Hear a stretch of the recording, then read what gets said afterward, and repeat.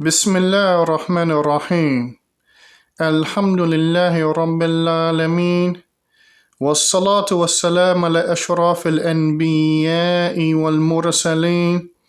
Muhammad wa ala alihi wa ashabihi ajma'een. Amma ba'd, ikhwatul Islam, ibadallah. The G code or street code type thinking and living in reality is one of the most self-sabotaging understandings that a person can apply in his life.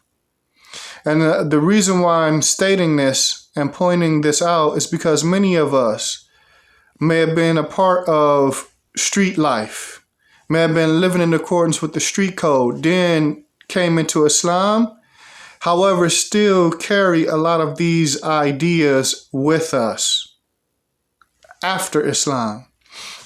Now, one of the things that has to be understood is that when we accept al-Islam, we accept more than just dogma, for lack of better expressions, meaning we accept more than just beliefs and ritual acts of worship. On the contrary, we accept not just these things, but we also accept a different outlook on life in general, right? The goals change and switch. And the way that we make decisions differs from how we made decisions prior to when we were in Islam. Why? Because we're using the text of the Quran and the Sunnah and the principles derived from the Quran and the Sunnah and the goals and the intents that are found within the text of the Quran and the Sunnah. We're trying to achieve these things. And so it changes how we move, how we think, how we operate. Allah Tabaraka wa Ta'ala, He teaches us, Ya ayyuhalladhina amanu dkhulu fi silmi kaffatan wa la tattabi'u khutuwat ash-shaytan innahu lakum aduwwun mubin. He states, O you who believe, enter into Islam, accepting all of it, not partial Islam. Not Islam in this affair and that affair. No, enter into Islam, all of Islam. The outward and overt aspects of Islam, and that may not be too known, but that you take the time to learn. In other words, that which is well known to everybody, regardless if you're Muslim or non-Muslim, and then those aspects of Islam that you may have to sit in a class and learn, but accept it all. When you enter into Islam, you're accepting all of it. You're not accepting some of it. And so when that happens, it starts to change how you move and how you operate, how you assess things. Unfortunately, though, some of us that were ex-Crips, ex-Bloods, ex-Serenos, ex-Thresses, or wherever you may have been, ex-GDs, ex-Vice Lords, whatever you may have been prior to al-Islam, some of us step in wanting to hold on to how we approach and think and assess matters the same way that we did when we were in the streets, basically conforming to the G code or street code type of thinking.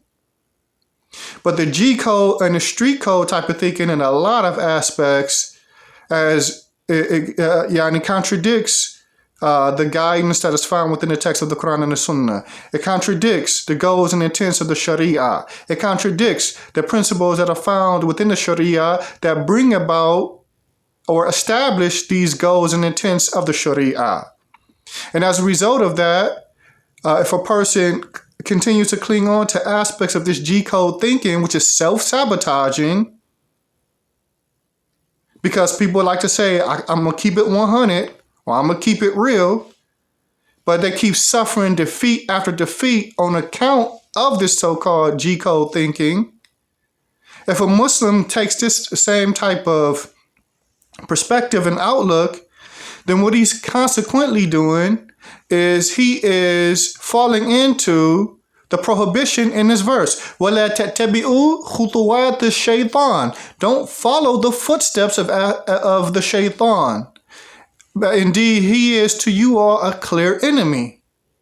So don't follow that which your clear enemy has inspired from this G-code thinking that doesn't promote the well-being of the deen, that doesn't promote the well-being of life, that doesn't promote the well-being of one's intellect, that doesn't promote the well-being and the preservation of one's lineage, that doesn't promote the well-being and preservation of one's honor, that doesn't promote the well-being and preservation of one's wealth. That G-code thinking doesn't promote the well-being and the preservation of these things. I'll give you an example. I was in Saudi Arabia years ago, and there was a brother who was there in Saudi Arabia, and he felt that he was ripped off by a Saudi who was a real estate agent or something.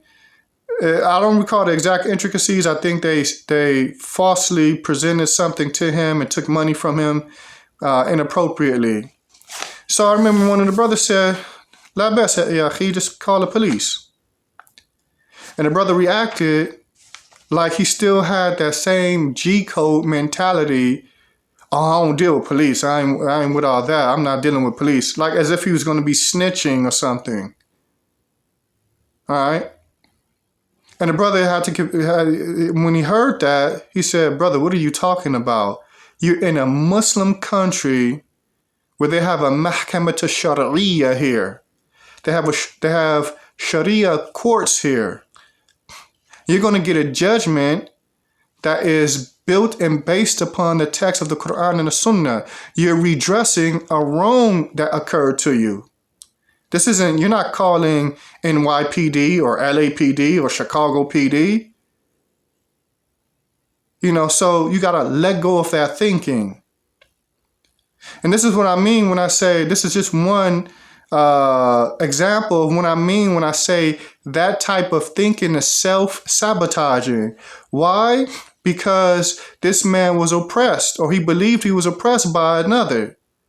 And when it came to him redressing the oppression, getting his right, I don't want to deal with the police. And that's from that past life that he was upon. The police are bad, never deal with them, don't talk to them, and thus forth and so on. Even at the expense of his own right that could be redressed, he didn't want to deal with. So the point that I'm making is we have to let go of that particular type of thinking. The G-code, street code type thinking, it's self-sabotaging. And for whoever continues to be upon that thinking in certain aspects of his life after Islam, then I guarantee you, whatever it is that you're upon of that thinking, it contradicts aspects of Islam that you've been commanded to accept. You're not commanded to accept partial aspects of Islam. You're commanded to accept all of Islam. And why shouldn't you? As it's guidance from revealed from above the seven heavens, and every judgment therein is by one who is Al-Alim, Al-Hakim, yani Al-Alim, one who has knowledge of an affair in its completion. Not partial knowledge of a thing, but complete knowledge of a thing. And Al-Hakim, one who is perfect in judgment and perfect in wisdom. This is the revelation that we have with us. This is who it was revealed by. And if it's followed the way that he intends, then it will rectify us by Allah's permission. So we say to the street code to throw that type of thinking in the garbage. And Allah tabaraka wa ta'ala knows best. Subhanaka Allahumma wa bihamdika ashhadu an la ilaha illa ant astaghfiruka wa atubu ilayk. Assalamu alaikum wa rahmatullahi wa barakatuh.